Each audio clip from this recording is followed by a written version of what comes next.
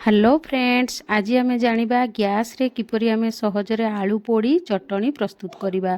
प्रथमे ताकू धोई ताकू एक सुखा कपड़ा रे पोछि देबा। तापरे गैस रे कड़ाई बसी सेथिरे किछि लूण देबा।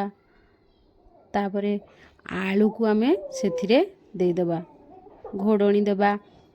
देखंतु हमर आलू को आम किछि समय परे ओलट पालट कर देला परे आलू पोड़ा हमर प्रस्तुत हो जाइछि। ताकू एक पात्र रे आमे काढ़ी नबा। सेथिरे मु दुईटी सुखिला लंका को पोड़ी नहींची। एबे आमे आलू को भलसे छड़े सेथिरे सोरष तेल, लूण, जो पोड़ा सुखिला लंका, कटा पियाज को आमे देई भलसे चकुटी नबा। देखंतु हमर आलू चटनी प्रस्तुत हो जाइछि।